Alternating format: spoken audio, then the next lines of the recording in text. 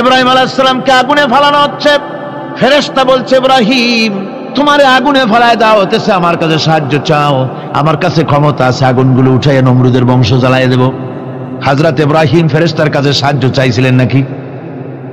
তিনি বললেন, ফেরেশতা তোমার কাছে সাহায্য কেন চাইব? আমি তো এমন কোন অন্ধ আল্লাহর ইবাদত করি না যেই অন্ধ স্রষ্টা তার গোলামের দুঃখ দুর্দশা না দেখেন। আমি তোমার কাছে সাহায্য চাইব না। হযরত ইব্রাহিম আলাইহিস সালাম পাশ করলেন। কি বলেন, পাশ করছেন না? ঈমানের পরীক্ষায় পাশ। আগুনের মধ্যে হযরত ইব্রাহিমকে যখন ফেলানো হচ্ছে, রব্বুল আলামিন আগুনের প্রতি নোটিশ করে দিলেন, ইয়া নারু কুনি বারদাও ওয়া সালামান আলা ইব্রাহিম। আগুন আমার ইব্রাহিমের জন্য শান্তিদায়ক ঠান্ডা হয়ে যা। এখন কি আর আগুনের বাপের ক্ষমতা আছে ইব্রাহিমের পোড়ানো? আর ক্ষমতা নাই। আমার বন্ধুগণ, ইব্রাহিম আগুনের ভিতরে আরামে বসা আছেন, আর ওদিকে নমরুদ বসে বসে দেখতেছে দূর থেকে ইব্রাহিম তো জ্বলে না, গায়ের মধ্যে আগুন জ্বলে গেল। ডাক দিয়া কয়, আগুন তোর হলো কি? কেন জ্বালাইতে পারিস না আমার দুশ্মন রে? হলোটা কি তোর? তোর কি জ্বালানো শক্তি বন্ধ হয়ে গেল নাকি? আগুনের ভিতর থেকে জবাব এলো, নমরুদ রে, আমার ভিতরে জ্বালানো শক্তি আছে কি নাই যদি প্রমাণ করতে চাও, টেস্ট করতে চাও, তুই নিজে আয়, তোরে শুদ্ধ তামাম দুনিয়া জ্বালাই দিতে পারি, ইব্রাহিমের এক গাছা পশমও জ্বালাইতে পারি না। তার কারণ হচ্ছে আমি হচ্ছি মাখলুক, আল্লাহ হচ্ছেন খালিক। আল্লাহ আমাকে বলেছেন না জ্বালাতে, তুমি 1000 বার বললেও আমি ইব্রাহিমকে জ্বালাইতে পারবো না।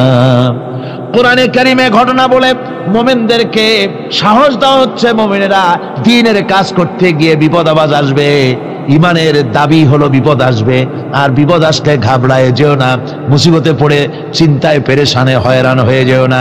বিশ্বকবি আল্লামা ইকবাল কি সুন্দর করে বলেছেন, আজ ভি হোক জু ইব্রাহিম কা ইমা पैदा आग कर सकती है एक अंदाज गुलिस्तां पैदा। ইব্রাহিমের ঈমান যদি আজিও কোথাও হয় বিদ্যমান, করতে পারেন অগ্নিকুণ্ডে খুবসুরত এক গুলিস্তান। আজও যদি আগুনের ভিতরে কোন নমরুদ কোন ইব্রাহিমকে যদি ফেলে দেয়, আল্লাহ রাব্বুল আলামিন আজও আগুনকে ফুলের বাগান বানায়া দিবেন। সুবহানাল্লাহ। ভয় পাওয়ার কারণ নাই, চিন্তা করার কোনো কারণ নাই। আমার বন্ধুগণ, একবার রাসূল পাক সাল্লাল্লাহু আলাইহি ওয়াসাল্লামের কাছে একজন মুশরিক এসেছেন, তার কাছে একটা ভাঙ্গা মূর্তি। হুজুর জিজ্ঞেস করলেন, তোমার মূর্তিটা ভাঙা কেন? লোকটি বলল যে এটি হচ্ছে আমার খোদা, একে আমি সব সময় সাথে রাখি, না জানি কোন সময় কোন বিপদে পড়ি, এই জন্য সাথে রাখি বিপদ থেকে বাঁচার জন্য। পথিমধ্যে আমার প্রকৃতির ডাক এলো, পেশাব পায়খানায় যাওয়ার প্রয়োজন হলো, তো মনে করলাম এমন জায়গায় এই খোদা নিয়ে যাওয়া উচিত না, খোদাকে রাস্তার উপরে রেখে তারপরে গেলাম কাম সারতে। কাম সেরে এসে দেখি যে এইটার মাথা থেকে শুরু করে পা পর্যন্ত ভিজা। মনে করলাম খোদার শরীর ভিজা, না জানি নিশ্চয়ই কোনো পবিত্র বরকতপূর্ণ পানি হবে। তো এই বরকতপূর্ণ পানি আমি নিজে একটু টেস্ট করলাম, জিহ্বা দিয়া চাটলাম, খাইলাম, দেখলাম যে কেমন কেমন গন্ধ আসে, আর কি একটা টক টক জাতীয় বিশ্রী রকমের। তো মনে করলাম পবিত্র পানি এরকমের গন্ধ হবে কেন? এদিক ওদিক তাকালাম, তাকিয়ে দেখি দূরে একটা কুকুর দাঁড়ানো, তার নিচের থেকে পানি টপকাচ্ছে। তখন ভাবলাম যে আসলে কোন বরকতের পানি এটা। আমি তখন রাগ করে এইটা ঠ্যাং ধরে আছাড় মারলাম যে তুই কি খোদা না তুই একটা হুদা? তুই তো নিজেরই ঠেকাতে পারিস না বিপদ থেকে, তো আমারে ঠেকাবি কি করে? হাদিস শরীফ এসছে, রাসূল পাক সাল্লাল্লাহু আলাইহি সাল্লাম তখন হেসে দিয়েছিলেন। সে হাসিতে হুজুরের দন্ত মোবারক বিকশিত হয়েছিল, শরীর মোবারক কেঁপে উঠেছিল। হুজুর জিজ্ঞেস করলেন, আমার কাছে কি মতলবে এসেছো? লোকটি বলছে, হুজুর আমার কাছে আজকে এইসব জিনিসের ব্যর্থতা অসারতা ধরা পড়েছে, আমি তৌহিদের আশ্রয় নিতে এসেছি। আল্লাহর নবী বললেন, পড়ো লা ইলাহা ইল্লাল্লাহু মুহাম্মাদুর রাসূলুল্লাহ। মুমিন ব্যক্তি আত্মমর্যাদার সৃষ্টি হয় তার কলিজার মধ্যে, আত্মসম্ভ্রম, আত্মসম্মান। সে কারো কাছে মাথা নত করবে না, তার কারণ সে জানে আমি যার গোলাম তিনি হচ্ছেন সকল ক্ষমতার উৎস। সকল ক্ষমতার উৎস কে? চিল্লায় বলতে হবে, সকল ক্ষমতার উৎস কে? কিন্তু আমার দেশের পার্লামেন্ট, আমার দেশের সংসদ, এই সংসদে নেতা নেত্রীরা সেখানে বসে বলেন সকল ক্ষমতার উৎস, সকল শক্তির উৎস জনগণ। বলেন এরকম, সকল ক্ষমতার উৎস জনগণ। এই ধরনের কথা বলা শিরক, বিশ্বাস করাও শিরক। জনগণের ক্ষমতা কোথায়? জনগণ শুধু ভোটের ক্ষমতা রাখে, ক্ষমতা দেওয়ার মালিক আর ক্ষমতা ছিনায় নেওয়ার মালিক জোরে বলেন কে? জনগণই যদি ক্ষমতার মালিক হয় তাহলে 9 বছরের রাজার 10 বছরের সাজা হয় কেমনে? জনগণ ক্ষমতার মালিক নয়, এটি একটি মিথ্যে কথা। এই কথাটি শিরক। কোন মুসলমানের কথা বিশ্বাস করা উচিত নয়। কথা বুঝতে পেরেছেন? কোন মুসলমানের বিশ্বাস করা উচিত নয়। আল্লাহ পাক পরিষ্কার বলেছেন আন্নাল কুওয়াতা লিল্লাহি জামিআ, সমস্ত ক্ষমতার উৎস কেবলমাত্র আল্লাহ সুবহানাহু ওয়া তাআলা। কিন্তু বেকুবরা বোঝে না, জনগণকে খুশি করার জন্য, তাদের ভোট যেন বারবার পাওয়া যায়, এই জন্য বলে সমস্ত ক্ষমতার উৎস জনগণ। বেকুবেরা, পাগলেরা বুঝে না, সেই জন্যই তারা এই কথাগুলি বলে। কয়েকটি কথা আমাদের দেশে চালু আছে যে কথাগুলি শুনলে খুবই খারাপ লাগে। একটা হচ্ছে সকল ক্ষমতার উৎস জনগণ, এটি মারাত্মক শিরকপূর্ণ কথা। আরেকটি কথা, যখন রেডিও টিভিতে বলা হয় যে কুতুবদিয়া, হাতিয়া সন্দ্বীপ, কক্সবাজার উপকূলীয় এলাকায় থেকে 280 মাইল স্পিডে বাতাস প্রবাহিত হবে, 30 ফিট উঁচু হয়ে জলোচ্ছ্বাস হবে, গ্রেট ডেঞ্জার সিগন্যাল নাম্বার 10 দেখাবার জন্য বলা হলো। সাথে সাথে তারপরেই রেডিও টিভি থেকে, সরকারি যন্ত্র থেকে সরকারের লোকেরা বলতে থাকেন এই বিরাট তুফান, জলোচ্ছ্বাস এবং ঘূর্ণিঝড়ের মোকাবেলা করার জন্য সেনাবাহিনী প্রস্তুত করে রাখা হয়েছে। কি বেকুফি! 30 ফুট জলোচ্ছ্বাস হবে, সেনাবাহিনী করবে কি? বন্দুক নিয়ে দাঁড়ায় থাকবে? মোকাবেলা করবা? প্রচন্ড বাতাসের মোকাবেলা করবা তুমি সলিমুদ্দি? হ্যাঁ, বরং বলা যেতে পারে ঘূর্ণিঝড় এবং জলোচ্ছ্বাসের পরে যে দুর্যোগ সৃষ্টি হবে তড়িৎ গতিতে, আমরা সেই দুর্যোগকে, মানুষকে ঠেকাবার জন্য আমরা প্রাণ চেষ্টা চালাবো। আমাদের সব মেশিনারি সেজন্য প্রস্তুত আছে, এটা বলা যেতে পারে। কিন্তু ঝড়ের মোকাবেলা করব, মারাত্মক কথা, মারাত্মক কথা। আবার আরেকটি কথা খুবই মারাত্মক, এগুলো পত্র পত্রিকায় দেখি, অমুক দলের অমুক নেতা হসপিটালে মৃত্যুর সঙ্গে পাঞ্জা লড়তেছে। আজীব তামাশা! মৃত্যু কি তোমার মাইকেল টাইসন? মৃত্যু কি তোমার মোহাম্মদ আলী ক্লে যে পাঞ্জা লড়বা? মৃত্যুর সাথে পাঞ্জা লড়তে পারে এমন ক্ষমতা পৃথিবীর কেউ আছে? সুতরাং এগুলো জাহালাতের কথা, মূর্খতার কথা। মৃত্যু যন্ত্রণায় ভুগছে এটা বলা যায়, মৃত্যু যন্ত্রণায় কষ্ট পাচ্ছে বলা যায়, মৃত্যুর সাথে পাঞ্জা লড়ছে, সলিমুদ্দিন সাহস তো কম না। আমার ভাইয়েরা, সুতরাং সমস্ত ক্ষমতার উৎস কেবলমাত্র আল্লাহ সুবহানাহু ওয়া তাআলা। যাকে খুশি ক্ষমতায় দেন, যাকে খুশি ক্ষমতা থেকে নামায় দেন। এত বড় প্রচন্ড ক্ষমতার মালিক তিনি। রাতকে দিন বানান, দিনকে রাত বানিয়ে দেন, সাগরকে নগর করেন, নগরকে সাগরে পরিণত করে দেন, আমিরকে ফকির করেন, ফকিরকে আমির বানায় দেন, রাস্তার মানুষ ধরে নিয়ে, অপরিচিত লোক একজন ধরে নিয়ে রাষ্ট্রের মালিক বানায় দেন, প্রেসিডেন্ট বানায় দেন। আবার সম্মানের ফুলের মালা দিয়া গলা থেকে শুরু করে পা পর্যন্ত ফুলের মালা দিয়া ভরে দেন। নাফরমানি যখন বাড়তে থাকে, এত বড় ক্ষমতার মালিক আমার আল্লাহ রাব্বুল আলামিন ফুলের মালাগুলি বাদ দিয়ে ফুলের মালার পরিবর্তে জুতার মালা গলায় পরাইয়া ফাঁসির মঞ্চে ঝুলাইয়া দেন। পারেন কিনা? প্রচন্ড ক্ষমতার মালিক তিনি। তিনি যদি কারো ক্ষমতা ছিনিয়ে নিবেন, এটা যদি সিদ্ধান্ত হয়, পৃথিবীর মানুষ তাকে ক্ষমতার উপরে রাখতে পারে?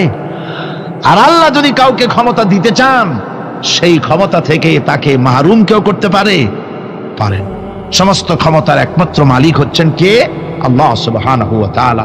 মানুষেরা বোঝে না, তাই আত্মম্ভরিতা ক্ষমতার মোহে কি করবে দিশা করতে পারে না। এই জন্য যারা মুমিন হবে তাদের এই চিন্তা মনের মধ্যে থাকবে, আত্মমর্যাদা আসবে, কারো সামনে হাত পাতবে না। হাত পাতবে তো আল্লাহ সুবহানাহু ওয়া তাআলার কাছে, কাউকে ভয়ও করবে না। আত্মমর্যাদার কারণে সে তার রিজিক সম্পর্কেও নৃশংস হয়ে যাবে, অর্থাৎ রিস্ক সম্পর্কেও তার পরোয়া থাকবে না যে হক কথা যদি বলি তাহলে যদি আমার চাকরি না থাকে। আছেন এরকম লোক?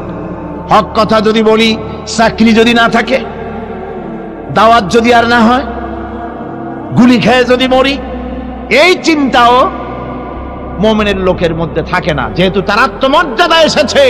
রিস্কের মালিক মসজিদের মুতাল্লি নয়। অনেক ইমাম আছে মসজিদে, হক কথা বলতে সাহস পায় না। আছে না? চট্টগ্রামে না থাকতে পারে, বিভিন্ন জেলায় আছে, হক কথা বলার সাহস পায় না। মনে করে রিস্কের মালিক মুতাল্লি অথবা সেক্রেটারি। আর দুর্ভাগ্যজনক সত্য, বাংলাদেশের অধিকাংশ মসজিদের মুতাল্লি আর সেক্রেটারি এমন লোক যারা ধর্মনিরপেক্ষতাবাদে বিশ্বাসী, যারা ইসলামের রাজনীতিতে বিশ্বাস করে না। এ ধরনের বহু লোক মসজিদের সেক্রেটারি, মেম্বার, মুতাল্লি হয়ে বসে আছে আর মসজিদের ইমামদেরকে হক কথা বলতে দেয় না। আছে না? ইমাম সাহেবরা, আমি কিন্তু পাইকারি কথা বলছি না, আলহামদুলিল্লাহ যোগ্যতা সম্পন্ন ইমাম আছেন যারা কথা বলেন। আবার কিছু লোক আছে যারা ভয় পান, আমি তাদের উদ্দেশ্যে বলছি, কোরআনে কারীম বলছে রিস্কের মালিক হচ্ছেন আল্লাহ সুবহানাহু ওয়া তাআলা। তোমার রিস্কের পরোয়াটা কিসের? ইন্নাল্লাহা হুয়ার রাজ্জাকু যুল কুওয়াতিল মাতিন। রিস্কের মালিক তো আল্লাহ পাক, তার হাতেই সমস্ত রিস্ক। রিস্ক কার হাতে? বাংলাদেশ পৃথিবীর দ্বিতীয় বৃহত্তম মুসলিম দেশ। এই দেশে বসে মসজিদে কথা বলতে ভয় পায় মুসলমানেরা, মসজিদে বসে কথা বলতে ভয় পায়। কিন্তু ভারতের দিকে তাকান, ভারতের দিল্লির জুমা মসজিদের ইমাম আব্দুল্লাহ বুখারী, লোকটার জন্য দোয়া এসেই যায় দিল থেকে। যখন কলকাতার হাইকোর্টে কোরআনে কারীমকে ব্যান করে দেওয়ার জন্য মামলা দায়ের করা হলো, দিল্লির জুমা মসজিদের ইমাম বক্তৃতা করলেন। সেই বক্তৃতার ক্যাসেট আমার কাছে পৌঁছানো হয়েছিল। আমি বক্তৃতা যখন শুনছিলাম আমার মনে হচ্ছিল যেন তার মুখ থেকে আগুন বর্ষণ হচ্ছে। তিনি বলতেছিলেন যে এই ভারতকে আমরা সাজায়েছি, এ ভারতকে আমরা পাতা পল্লব দিয়ে, শাখা প্রশাখা দিয়ে, ফুল দিয়ে, ফল দিয়ে গোটা ভারত 850 বছর বসে আমরা সাজিয়েছি।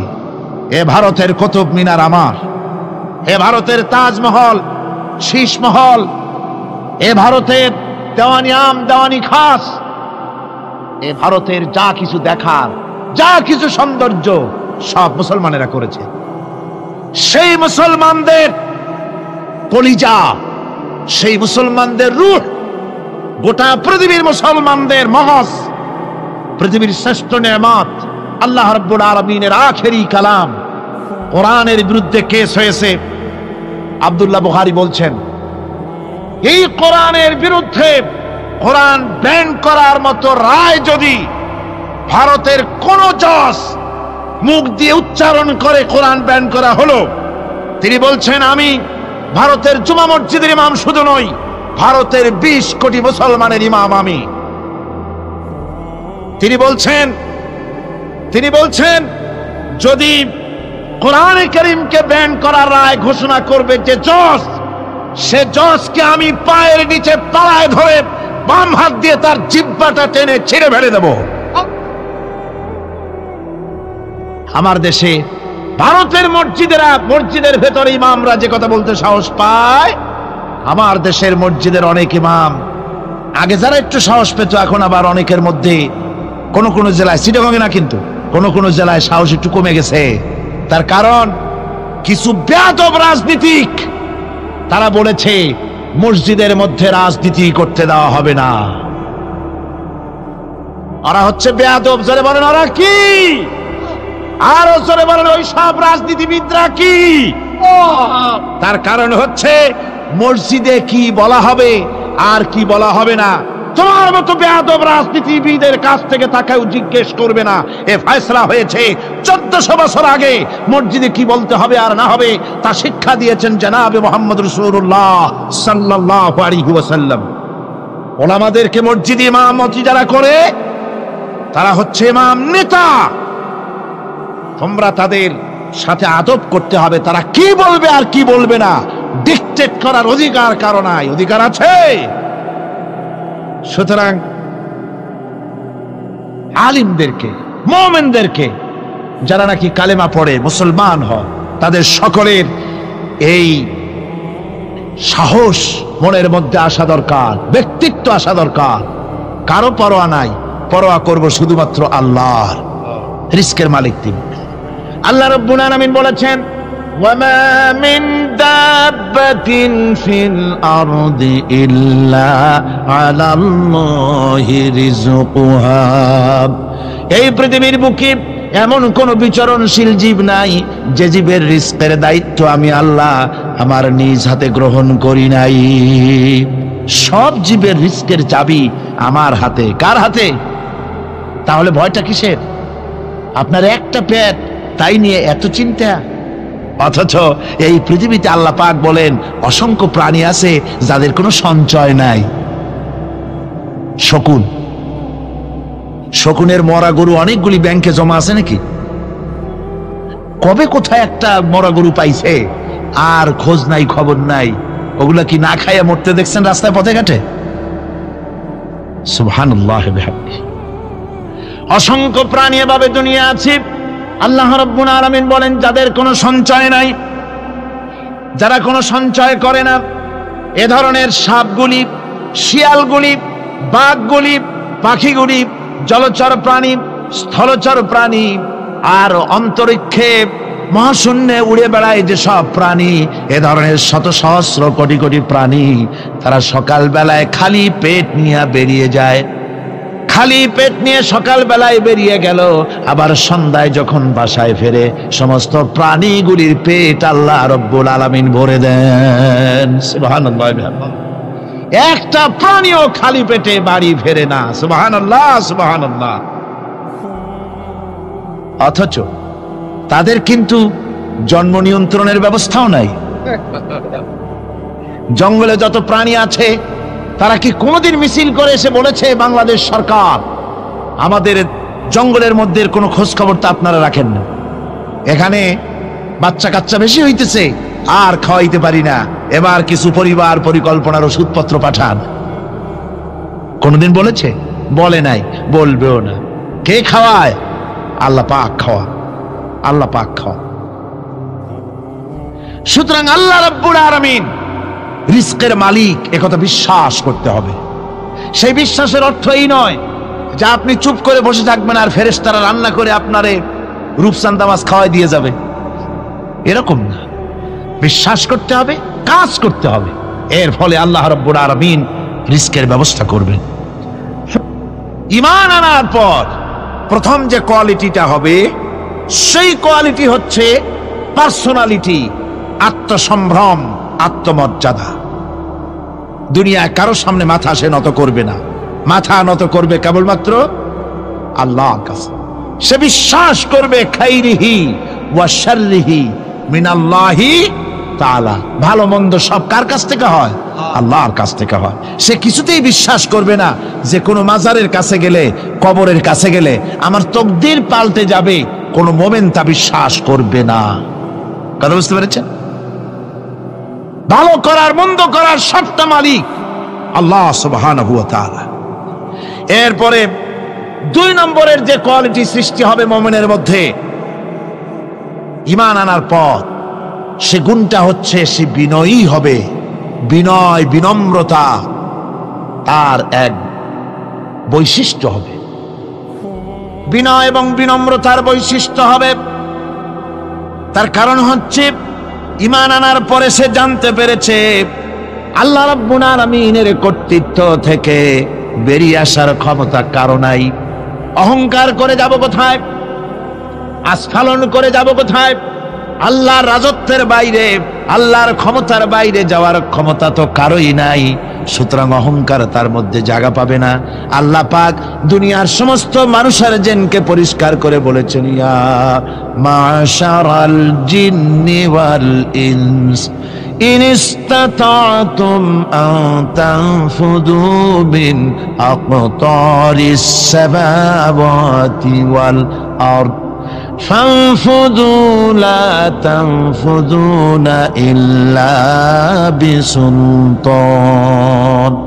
হে পৃথিবীর মানুষেরা আর জেনেরা, যদি সম্ভব হয় আমার আকাশের নিচের থেকে, জমিনের উপর থেকে বেরিয়ে যা। লা তানফু, বেরিয়ে যেতে পারবে না। আমি আকাশ এবং জমিন থেকে যদি সম্ভব করতে পারো বেরিয়ে যা। আর যদি কোনো আকাশ থাকে তার নিচে যা, আর যদি কোনো জমিন থাকে তার উপরে যাও। এমন দেশ যদি পাও যেখানে আমার আলো ছাড়া কোনো আলো আছে, আমার বাতাস ছাড়া কোনো বাতাস আছে, আমার চাঁদ সূর্য ছাড়া কোনো চাঁদ সূর্য আছে, যাও সেখানে। আল্লাহ রাব্বুল আলামিন বলেন নাই এরকম যাওয়ার কোনো উপায় নাই। আমি আল্লাহ রাব্বুল আলামিন আকাশ আর জমিন দিয়ে প্যাকেট করে রেখেছি, আটকায় রেখেছি। আমার রাজত্ব থেকে, আমার ক্ষমতা থেকে, আমার কর্তৃত্ব থেকে বেরিয়ে যাওয়ার ক্ষমতা কোনো মানুষের নাই, কোনো জিনের নাই, কোনো প্রাণীর নাই। সুবহানাল্লাহ। মানুষ হচ্ছে অহংকার কিসের হবে? তোমরা হচ্ছ ফকির। আল্লাহ পাক বলছেন ওয়াল্লাহুল গনিয়্যু ওয়া আনতুমুল ফুকারা। আল্লাহ হচ্ছেন গনি। আল্লাহ কি? গনি, বেনিয়াস, বেপরোয়া। ফাআলুল লিমা ইউরিদ, যা খুশি তাই করে, কারো মুখাপেক্ষী তিনি নন। কোরআনে কারীমে রব্বুল আলামিন বলেছেন, নবী আপনি আমার ব্যাপারে, আমার গুণাবলীর ব্যাপারে বলুন। কুল হুয়াল্লাহু আহাদ, পড়েন সবাই। কুল হুয়াল্লাহু আহাদ আল্লাহুস সামাদ লাম ইয়ালিদ ওয়া লাম ইউলাদ ওয়া লাম ইয়াকুল লাহু কুফুয়ান আহাদ। আল্লাহ পাক বলেন, বান্দারে ও আমার নবী আপনি বলুন, আল্লাহ পাক এক এবং একক, তিনি নিরঙ্কুশ, তিনি বেনিয়াস, তিনি কারো মুখাপেক্ষী নন, তিনি কাউকে জন্ম দেন নাই, তাকেও কেউ জন্ম দেয়নি। আকাশ এবং জমিনে আল্লাহর সমকক্ষ কেউ নাই। তোমরা হচ্ছ ফকির আর আমি আল্লাহ হচ্ছি বেনিয়াস। লিল্লাহি মা ফিস সামাওয়াতি ওয়া মা ফিল আরদ, আকাশে যা আছে, জমিনে যা আছে, সব আল্লাহ। সব কার? আল্লাহ পাকের। সুতরাং কিসের অহংকার, কিসের মাতবাড়ি? মানুষ পেছনের কথা ভুলে যায়, মুঠেই চিন্তা করে না একটু আগে যারা ক্ষমতায় ছিল আজকে তারা ক্ষমতা হারা, আজকে যারা ক্ষমতায় এলো তারা আবার ক্ষমতা মসনদে বসে দুনিয়ার সব বিপদ আপদ ভুলে যায়। কি করে আরো বেশি লুটপাট করা যায়, আরো বেশি মানুষকে শোষণ করা যায়, মানুষ এই চিন্তাই করে। অহংকারে, ক্ষমতার দর্পে ফেটে পড়ে, চিন্তা করে না পেছনের কথা। আল্লাহ রাব্বুল আলামিন বলেন, যারা নাকি মুমিন বান্দাদের বিনয় এবং বিনম্রতা তাদের মধ্যে সৃষ্টি হয়ে যাবে, তার কারণ হলো আল্লাহ পাক বলেছেন ওয়ালা তামশি ফিল আরদি মারহান ইন্নাকা লান তাখরিকাল আরদা ওয়ালান তাবলুগাল জিবালা তুলা। ওয়ালা তামশি ফিল আরদি মারহান, আমার জমিনের উপরে অহংকার করে পা ফেলো না। তুমি কি পারবে অহংকার করে আমার জমিনটাকে ফাটাই দিতে? কি বলেন, পারা যাবে? অহংকার করে জমিনের উপরে লাথি মারেন জোরে, জমিন ফাটবে? ফাটবে না, আপনার পা ছিঁড়ে যাবে। আপনি কি পারবেন অহংকার করে পাহাড়ের উচ্চতা লাফ দিয়ে ছাড়াই যেতে পারবেন? তাও পারবেন না। সুতরাং আল্লাহ পাকের উপরে ঈমান আনলে পরে তাদের মাথা এভাবে নত হয়ে যায়, অহংকার তাদের মধ্যে জায়গা পায় না। অহংকার কিসের অহংকার তোমার? মানুষ তার জন্মের কথা, কোরআনে কারীম বলে মানুষ কি তার জন্মের কথা স্মরণ করে না? তোমার তো এমন অবস্থা ছিল, দুনিয়ায় উল্লেখযোগ্য বিষয়বস্তু হিসাবে তুমি পরিগণিত ছিলে না। তুমি হচ্ছ, তোমার জন্মের উৎস কথা হচ্ছে এক ফোঁটা নাপাক পানি, এমন নাপাক পানি যা শরীর থেকে নির্গত হলে পরে গোসল করা ওয়াজিব হয়ে যায়। এমন এক ফোঁটা নাপাক পানি যার জন্মের উৎস, তার আবার অহংকার কিসের? পৃথিবীতে অহংকার যারাই করলো আল্লাহ পাক তাদেরকে ভালো করে দেখায় দিলেন। নমরুদকে দেখায়ছেন, ফেরাউনকে দেখায়ছেন, যুগের ছোট ছোট নমরুদ ফেরাউন যেখানে যেখানে খুদে খুদে ফেরাউন হয়েছে আল্লাহ সকলকেই দেখিয়ে দিয়েছেন, দেন নাই? দেখিয়ে দিয়েছেন। সুতরাং মাথা নিচু করে চলতে হবে, বিদ্যার বড়াই করা চলবে না। কত লেখাপড়া করেছো তুমি? এমএ পাস করেছো, তাতে কি হয়েছে? সবেমাত্র বর্ণবোধ পড়েছো, জ্ঞানের রাজ্যে পা ঢুকিয়েছো, এখনো কিছু শেখনি। টাইটেল পাস করেছো, তো কি হয়েছে? কদ্দুর শিখেছো? নিউটনের মতো মানুষ মৃত্যুর সময় বললেন, কেন সমুদ্রের বেলাভূমিতে দাঁড়িয়ে সামান্য বালু কণা নিয়ে নাড়াচাড়া করলাম, অথই সমুদ্রের কিছুই দেখতে পারলাম না। শেখ সাদী রহমতুল্লাহ আলাইহি ইন্তেকালের সময় বলেছেন, মালুম শোধ কি হিচ মালুম না শোধ, সারা জীবন সাধনা করে বুঝিলাম ইহা যে কিছুই বুঝিলাম না। এগুলি হচ্ছে জ্ঞানীদের কথা।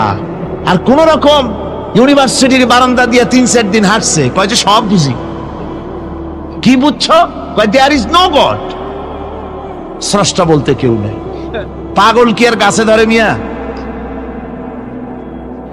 সুতরাং বিদ্যার বড়াই চলবে না, স্বাস্থ্যের বড়াই চলবে না, অর্থের বড়াই চলবে না। অর্থের বড়াই করবে, কত অর্থ তোমার হয়েছে? আল্লাহ যদি ইচ্ছে করেন ব্রেনের মধ্যে, মগজের মধ্যে এমন টিউমার করে দিবেন, মগজের মধ্যে এমন ক্যান্সার করে দেবেন, হার্টের ভিতরে এমন ক্যান্সার লাগায় দিবেন, 14 গোষ্ঠী বিক্রি করলে ঔষধের পয়সা হবে না। পারবে কিনা আল্লাহ কন? জোরে বলবেন, পারবেন কিনা? এমন বহুত অসুখ আছে ডাক্তাররা বোঝেই না ঔষধ দেবে কি। হযরত ইউনূস আলাইহিস সালাম মাছে তারে গিলে ফেলে দিল, হতাশায় তিনি হার্ট ফেল করেন নাই। মাছের পেটের মধ্যে যদি কেউ চলে যায়, বেরিয়ে যাওয়ার জন্য কোনো ব্যাকডোর আছে নাকি কন? পালাবার কোন রাস্তা আছে? মাছের পেটের জানালা দরজা আছে কিছু? কিছুই নেই। তিনি হতাশ হলেন না, মাছের পেটের ভেতরে বসে হযরত ইউনূস আলাইহিস সালাম বুক ভরা আশা নিয়ে আল্লাহর দরবারে তিনি ঘোষণা করলেন, লা ইলাহা ইল্লা আনতা সুবহানাকা ইন্নী কুনতু মিনাজ জালিমিন। পড়েন না সবাই, লা ইলাহা ইল্লা আনতা সুবহানাকা ইন্নী কুনতু মিনাজ জালিমিন। হযরত ইউনূস আলাইহিস সালাম বললেন, আল্লাহ তুমি ছাড়া কোনো ইলাহ নাই, তোমার পবিত্রতা ঘোষণা করছি, আমি জালিমদের অন্তর্ভুক্ত হয়ে গেছি। তিনি যখন চিল্লাচ্ছিলেন, মাছির পেটের ভিতরে বসে যখন কাতরুক্তি করতেছিলেন, আল্লাহ বুঝি তখন শোনেন নাই সে কথা? কি বলেন? আল্লাহ বুঝি তখন তন্দ্রায় বা নিদ্রায় ছিলেন না? আল্লাহ পাক কি ঘুমান? তন্দ্রায় যান? লা তাখুযুহু সিনাতুন ওয়ালা নাওম। আল্লাহ রাব্বুল আলামিন বলেন কোন তন্দ্রা বা নিদ্রা আল্লাহ রাব্বুল আলামিনকে স্পর্শ করে না। হযরত ইউনূস আলাইহিস সালাম যখন মাছের পেটের ভিতরে বসে চিৎকার মারলেন, আল্লাহ পাক বলেন, ইউনূস রে, তোমার ওই ডাক কেউ শোনে নাই, দুনিয়ার কোন রাজা বাদশাহ শোনে নাই, দুনিয়ার কোন বন্ধু বান্ধব তোমার শোনে নাই, কিন্তু আমি তোমার আরশের মালিক আমি রব্বুল আলামিন শুনেছি। শুধু শুনি নাই, সঙ্গে সঙ্গে জবাব দিয়ে দিয়েছি। ফাস্তাজাবনা লাহু ওয়া নাজ্জাইনাহু মিনাল গাম্মি। পড়েন, ফাস্তাজাবনা লাহু ওয়া নাজ্জাইনাহু মিনাল গাম্মি ওয়া কাযালিকা নুজিল মুমিনিন। আল্লাহ পাক বলেন, আমি জবাব দিলাম। মাছের পেটের ভিতরে বেদনা শুরু হয়ে গেল, মাছ আর তলদেশে শুয়ে থাকতে পারলো না, সাঁতরাতে পারলো না, মাছ ভেসে উঠল উপরে। পেটের যন্ত্রণায় মাছ কিনারায় চলে এসে বমি করে দিতে পারলে যেন বাঁচি, এই অবস্থা মাছের হলো। কিনারায় চলে এলো, বমি করে ইউনূস আলাইহিস সালামকে ফেলে দিল, মাছও বাঁচলো, ইউনূস আলাইহিস সালামও বাঁচলো। আল্লাহ রাব্বুল আলামিন বলেন, মুমিনেরা শোনো, শুধু ইউনূসকে নয়, ওয়া কাযালিকা নুজিল মুমিনিন, এইভাবে করে মুমিন বান্দারা যদি আমাকে ডাকে, আমার কাছে যদি হাত ফাইলায়, আমি আল্লাহ রব্বুল আলামিন মুমিনদের এভাবে বিপদ মুক্ত করে দেই। আল্লাহ পাক বিপদ মুক্ত করে দেন। ওয়া ইয়াত্তাকিল্লাহ ইয়াজআল লাহু মাখরাজা, আল্লাহকে যে ভয় করে আল্লাহ তার জন্য রাস্তা খুলে দেন। জোরে কোন সুবহানাল্লাহ। দেখেন, ইউসুফ আলাইহিস সালাম, জুলাইখা তাকে আটকায় ফেলেছে ঘরের মধ্যে, তালা দেওয়া, খিল দেওয়া, সিটকানি মারা, পালাবার পথ নাই, চতুর্দিকে উলঙ্গ নগ্ন চিত্র। আর এই সুন্দরী যুবতী নারী জুলাইখা তার প্রেম নিবেদন করেছে হযরত ইউসুফের কাছে।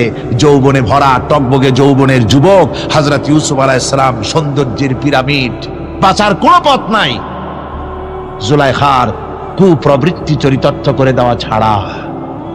কিন্তু হযরতে ইউসুফ আলাইহিস সালাম আল্লাহ রাব্বুল আলামিনকে ডাকলেন, হতাশায় ভেঙে পড়লেন না, আল্লাহকে ভয় করলেন, আল্লাহকে ডাকলেন। আল্লাহকে ডেকে, আল্লাহকে ভয় করে তালাবদ্ধ দরজার দিকে যখন দৌড় মারলেন, রব্বুল আলামিন আপন কুদরতে দরজার তালাগুলি খুলে দিলেন। ভাইরা আমার, এভাবে করে মুমিনেরা কখনো হতাশ হয় না। ফাইন্না মাআল উসরি ইউসরা, ইন্না মাআল উসরি ইউসরা। মনে রাখতে হবে, দুঃখ কষ্টের সাথে থাকে সুযোগ সুবিধা, আর প্রত্যেক অসচ্ছলতার সাথে থাকে উদার সচ্ছলতা। এর কোনো বিপরীত কখনই হয় না। আল্লাহ রাব্বুল আলামিন এইভাবে করে মুমিনদেরকে বলেছেন যেন তারা হতাশায় ভেঙে না পড়ে। আল্লাহ পাক বলে, বান্দা যখন আমাকে ডাকে, আমি বান্দার একদম নিকটে, তার ঘাড়ের চাইতেও নিকটে। ওয়া নাহানু আকরাবু ইলাইহি মিন হাবলিল ওয়ারিদ। আমি আমার বান্দার সরক যে রগের উপরে তার মাথা, এর থেকেও আমি আমার বান্দার বেশি নিকটে। সুবহানাল্লাহ পড়েন। আমি তোমার কাছে, আমার কাছে মাপ চাও, যত বড় গুনাহ হোক। ওয়া ক্বালা রাব্বুকুম উদউনি আস্তাজিব লাকুম। তোমার প্রভু তোমাকে ডেকে বলেছে, আমাকে ডাকো, আমি মাফ করে দেব। সুবহানাল্লাহ বিহামদিহি। কত বড় কথা, আমাকে ডাকো, নিরাশ হয়েও না, হতাশ হয়েও না। আল্লাহর গজব বেশি না রহমত বেশি? আল্লাহর রহমত বেশি। হাদিসে কুদসির ভিতরে এসেছে, আল্লাহ পাক বলেছেন, কোন বান্দা যদি আমার দিকে এক বিগত অগ্রসর হয়, আমার রহমত তার দিকে এক হাত এগিয়ে যায়। কোন বান্দা যদি আমার দিকে হেঁটে আসে, আমার রহমত তার দিকে দৌড়ে যায়। বান্দা যখন আল্লাহর দরবারে দুহাত উঁচু করে চোখের পানি ফেলে দেয়, মুসলিম শরীফের হাদিসের ভিতরে এসেছে, গভীর রাতের তৃতীয় অংশে আল্লাহ রাব্বুল আলামিন প্রথম আকাশে আসেন আর ডেকে বলেন, পৃথিবীতে আছো নাকি কেউ গুনাহ করে জীবন বরবাদ করে দিয়েছো, আমার কাছে মাপ চাও। ঋণগ্রস্ত আছো, অসুস্থ আছো, অপমানিত আছো, কে আছো মাজলুম, আমাকে ডাকো, আমার কাছে বলো, আমি ডাকের সাড়া দেব, জীবনের আশা পূরণ করে দেব। ওই সময় যেই সমস্ত লোকেরা কান্দে তাহাজ্জুদের নামাজ পড়ে, আল্লাহ জিজ্ঞেস করেন ফেরেশতারা, অমুক অমুক দেশ অমুক অমুক বান্দারা কান্দে কেন? ফেরেশতারা বলে রব্বুল আলামিন তুমি তো ভালো করে জানো। আল্লাহ বলেন জানি, তবুও তোমাদের মুখে শুনতে চাই। তারা বলে রব্বুল আলামিন তোমার এই বান্দা গুনাহ করেছে, গুনার জন্য মাপ চায়, জাহান্নাম থেকে বাঁচতে চায়। আল্লাহ পাক বলেন ফেরেশতারা আমার এই বান্দারা আমারে দেখেছে নাকি? বলে দেখে নাই। বলে আমার দোজখ দেখেছে নাকি? বলে না, তাও দেখে নাই। আমার বেহেশত দেখেছে নাকি? বলে না, তাও দেখে নাই। আল্লাহ পাক বলেন ফেরেশতারা সাক্ষী থাকো, ওরা আমাকে দেখে নাই, আমার বেহেশত দোজখ কিছুই দেখে নাই, শুধুমাত্র আমার নবীর কথা, আমার কোরআনের কথা বিশ্বাস করে আরামের ঘুমকে হারাম করে যেভাবে তারা কাঁদতেছে, সাক্ষী থেকে যাও ফেরেশতারা, আমার রহমতের দরিয়ায় জোশ মেরেছে, আমার ওই ক্রন্দনরত বান্দাগুলিকে আমি আল্লাহ মাফ করে দিলাম। সুতরাং মুমিন বান্দা যারা, আল্লাহর মুমিন বান্দা যারা, এই ঈমানের কোয়ালিটি, এটাও হতাশায় নিরাশায় ভেঙে পড়বে না। গুনাহ তো মানুষই করে, গুনাহ হয়ে গেছে, মাপ চাও। তোমার গুনাহ কদ্দুর? তোমার গুনাহ যদি হয় পাহাড় সমান, আল্লাহর রহমত আকাশ সমান। জাহান্নামের কঠিন শাস্তি থেকে বাঁচতে হলে আল্লাহর প্রতি ঈমান আনতে হবে। আর ঈমান আনলে যে কোয়ালিটিগুলি হওয়া উচিত, সেগুলি আমি আপনাদের সামনে আলোচনা করছি। এরপর আরেকটি কোয়ালিটি হবে মুমিনের, তা হলো কঠোর কঠিন বিপদে অবিচল থাকবে, বিপদে ভেঙে পড়বে না। বিপদ আপদ, শত্রুতা, ক্ষয় ক্ষতি যা কিছু হয় সবই আল্লাহর পক্ষ থেকে, এটা মেনে নিতে হবে এবং ধৈর্য ধারণ করতে হবে। বিপদ মুসিবত শুধু উম্মতের জন্য নয়, দুনিয়ার সমস্ত নবীদের বিপদ এসেছে, হয় নাই? নবীদের বিপদ আসে নাই? কোরআনে কারীম থেকে শুনুন, আল্লাহ রাব্বুল আলামিন বলেন وَكَذَلِكَ جَعَلْنَا لِكُلِّ نَبِيٍّ عَدُوًّا مِنَ الْمُجْرِمِينَ। আল্লাহ পাক বলেন এমনি করে আমি সকল নবীদের শত্রু বানিয়ে দিয়েছি সব পাপিষ্ঠ আর অপরাধ প্রবণ লোকদেরকে। প্রত্যেক যুগে নবীদের শত্রু ছিল, প্রত্যেক যুগে নবীদের কি ছিল? শত্রু ছিল। সে শত্রু কারা ছিল?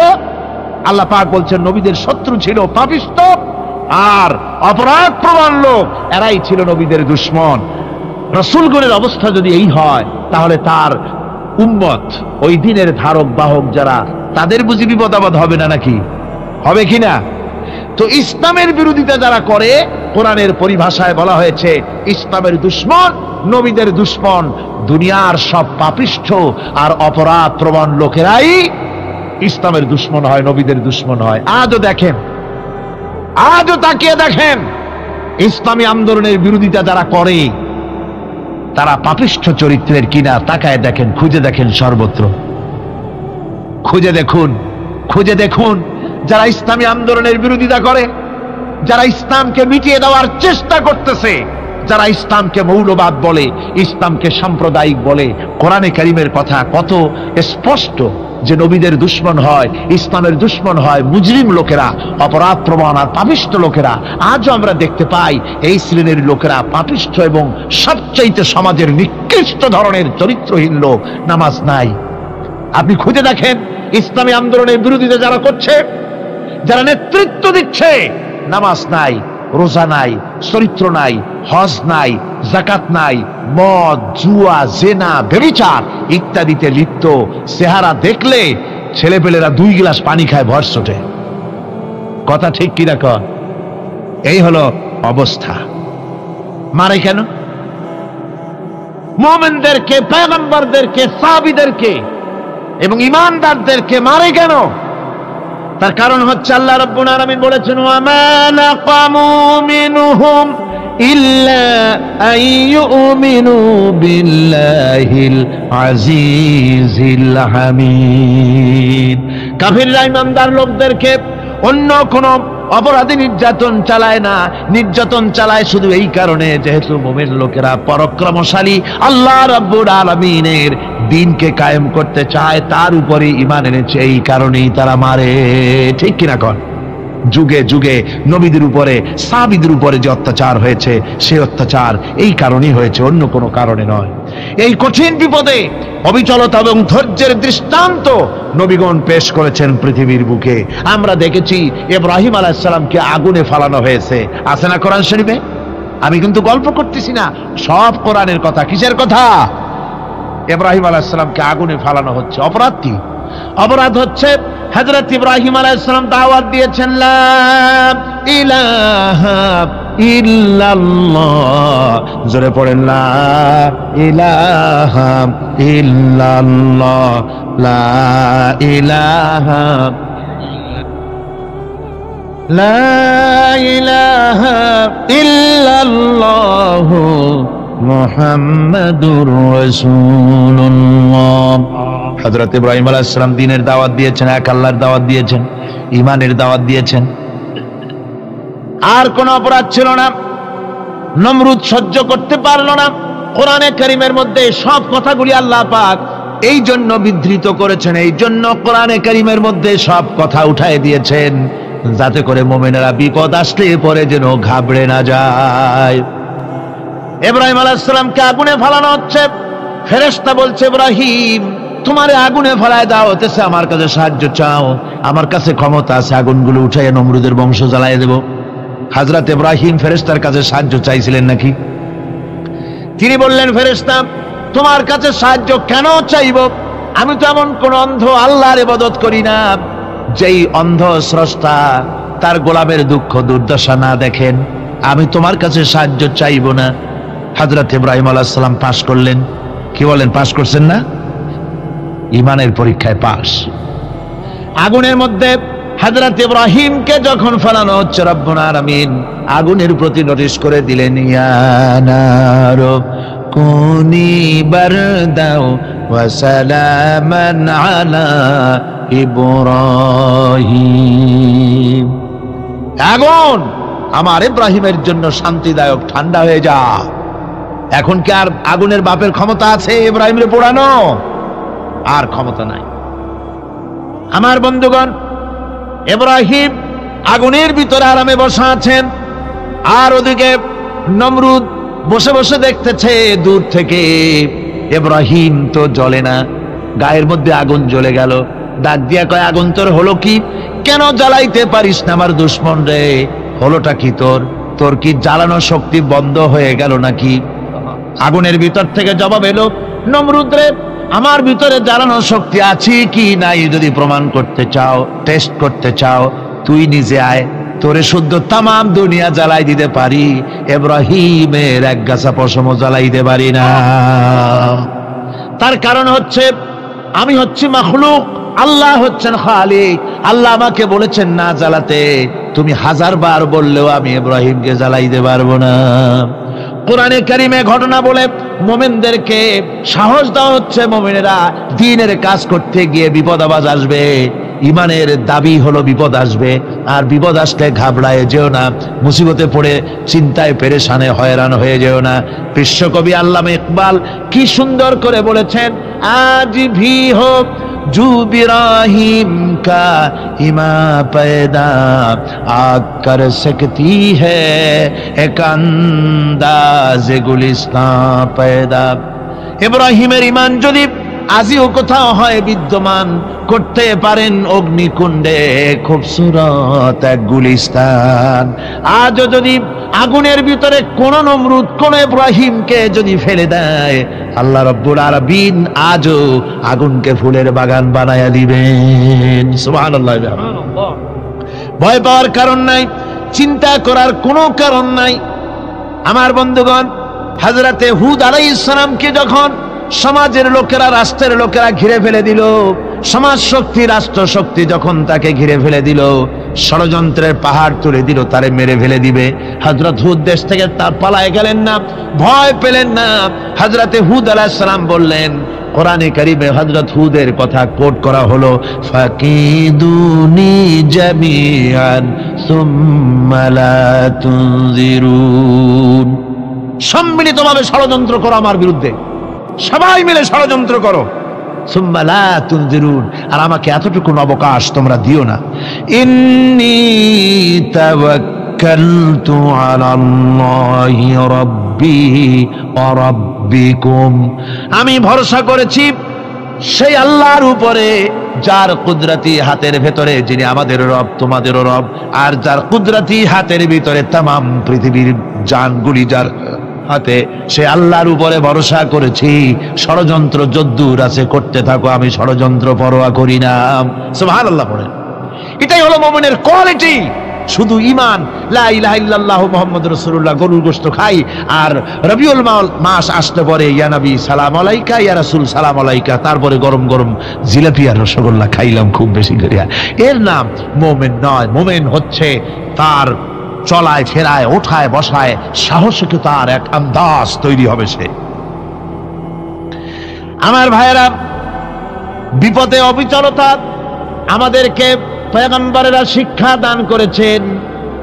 আমরা দেখতে পেয়েছি বিশ্বনবী জনাবে মুহাম্মদুর রাসূলুল্লাহ সাল্লাল্লাহু আলাইহি ওয়াসাল্লাম হিজরতের রাত, কাফেররা চতুর্দিকে দাঁড়ানো, হযরত জিবরাইল এসে বলেন, ইয়া রাসূলুল্লাহ, হে কাফেররা চতুর্দিকে ঘিরে দাঁড়িয়েছে, গভীর রাত, এখন হাতে তাদের তরবারি, সকাল হলে পরেই তারা আপনাকে মেরে ফেলে দিবে, তাড়াতাড়ি ওঠেন, মদিনার দিকে চলে যান।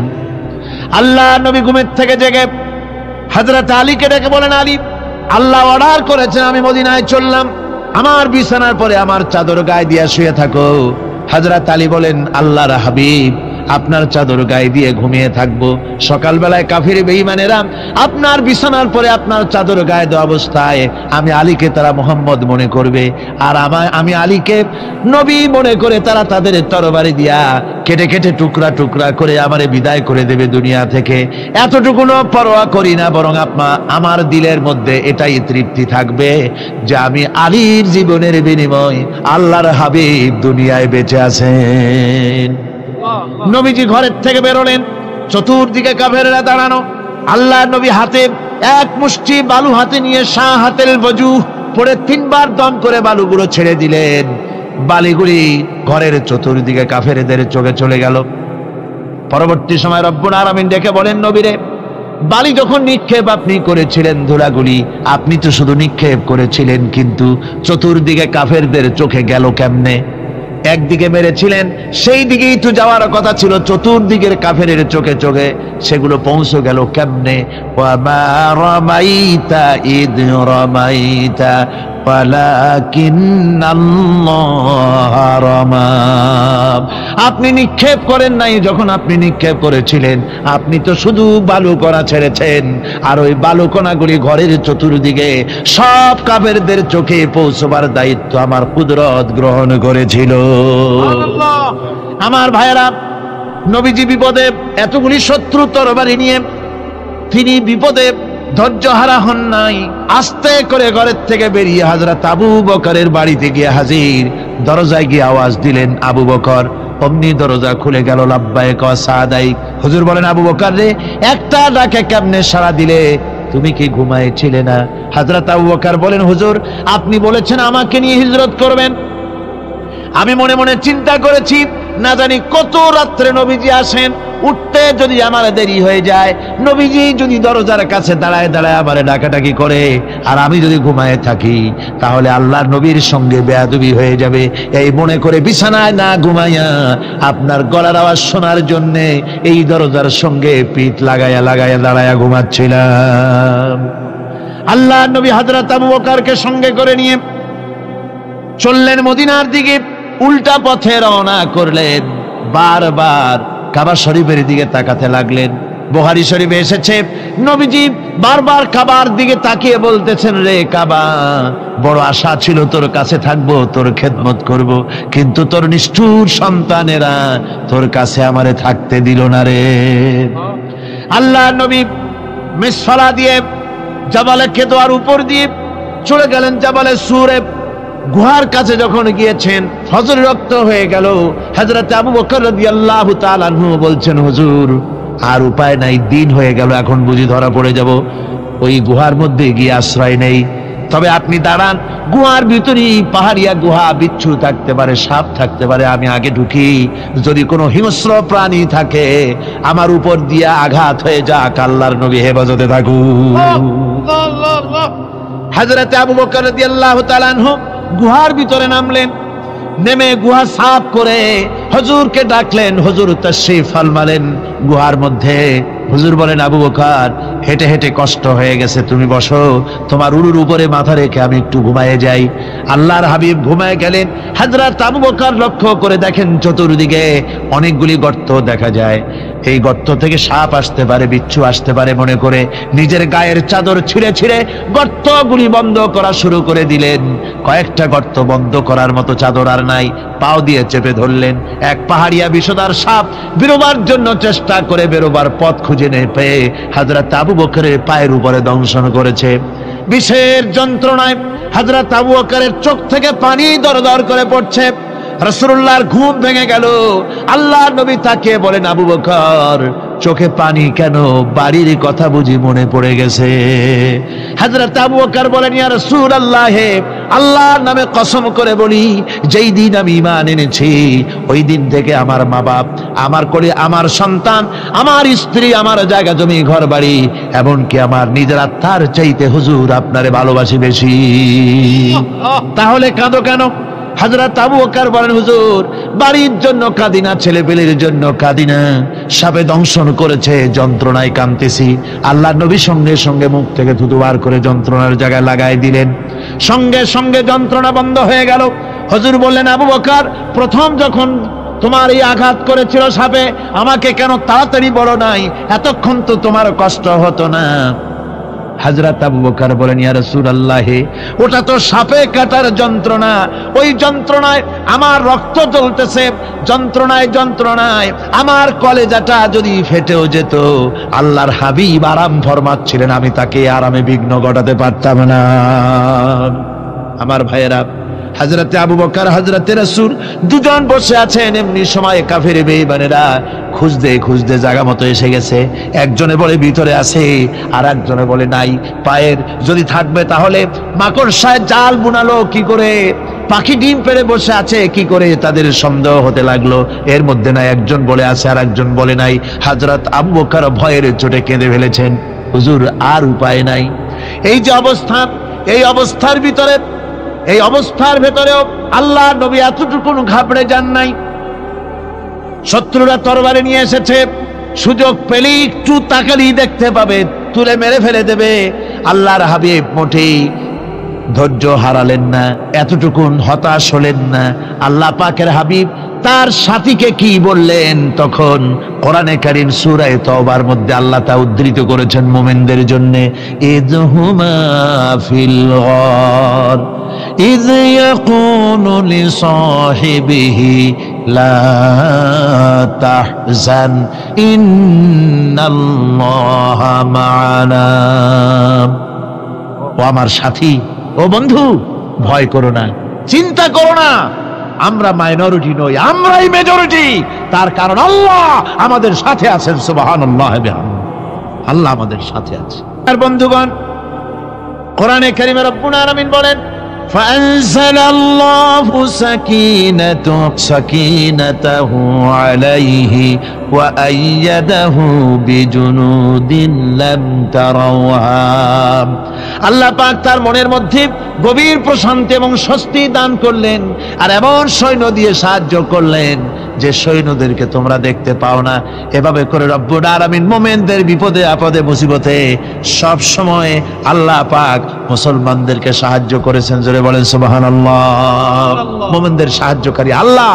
তাই ইসলামী আন্দোলনের সাথে যারা আছে, যারা কর্মী, যারা নেতা, যারা মুমিন, যারা ঈমানদার, মেঘের মতো প্রচন্ড কালো মেঘ হয়ে চতুর্দিক থেকে অন্ধকারের মতো সে এসেছে বিপদ, কোন বিপদ না। আল্লাহ পাক সাহায্যকারী। কে সাহায্যকারী? জোরে বলেন, সাহায্যকারী কে? আল্লাহ সুবহানাহু ওয়া তাআলা, তিনি সাহায্যকারী, ভয় নাই। আল্লাহ পাকের উপর ঈমান আনলে পরে কলিজার ভিতরে দুর্জয় সাহসের সৃষ্টি হয়ে যায়, কোনো ভয় অন্তঃকরণে তার থাকে না। আল্লাহ পাক সাহায্য করেন। আর আল্লাহর উপরে ঈমান আনলে পরে রব্বুল আলামিন বলেছেন, ইয়া আইয়ুহাল্লাযীনা আমানু হাল আদুল্লুকুম আলা তিজারাতিন তুনজিকুম মিন আযাবিন আলীম, এমন একটা ব্যবসার কথা কি বলবো না যে ব্যবসায় তোমাদেরকে জাহান্নামের আযাব থেকে বাঁচায় দেবে। তার প্রথম কাজই হলো আল্লাহর প্রতি ঈমান আনা। ঈমান আনলে পরে এই সমস্ত গুণ তৈরি হয়ে যায়। আর ঈমানে সবচাইতে উপকৃত হয় সমাজের লোকেরা, রাষ্ট্রের লোকেরা, পরিবারের লোকেরা, দেশের মানুষ উপকৃত হয় মুমিনদের দিয়ে ঈমানের কারণে। তার কারণ হলো একজন মুমিন, একজন ব্যক্তি যখন ঈমানদার হয়, মুমিন হয়ে যায়, আল্লাহর প্রতি যখন প্রগাঢ় বিশ্বাস তার এসে যায়, তখন সেই ব্যক্তি নৈতিকতার মান তার বেড়ে যায়। জোরে বলেন সুবহানাল্লাহ। নৈতিক চরিত্রের উপরে সে প্রতিষ্ঠিত হয়, সে মিথ্যা বলতে সাহস পায় না। মুমিন ব্যক্তি মিথ্যা বলতে সাহস পায়? পায় না। কেন পায় না? মিথ্যা বলতে সাহস পায় না, ঠকাতে সাহস পায় না, ওজনে কম দিতে সাহস পায় না, শয়তানি বদমাশি করতে সাহস পায় না। তার কারণ হলো আল্লাহ পাক বলে দিয়েছেন, মুমিন কোরআনের ভিতরে পড়েছে, ইয ইয়াতালাক্কাল মুতালাক্কিয়ানি আনিল ইয়ামিনি ওয়া আনিশ শিমালি কাঈদ। দুজন নিয়ন্ত্রণকারী ফেরেশতা তোমার ডানে এবং বামে বসে বসে তোমাকে নিয়ন্ত্রণ করছে। কোথায় যাও, কি করো, এই ফেরেশতারা বসে বসে সব দেখতেছে।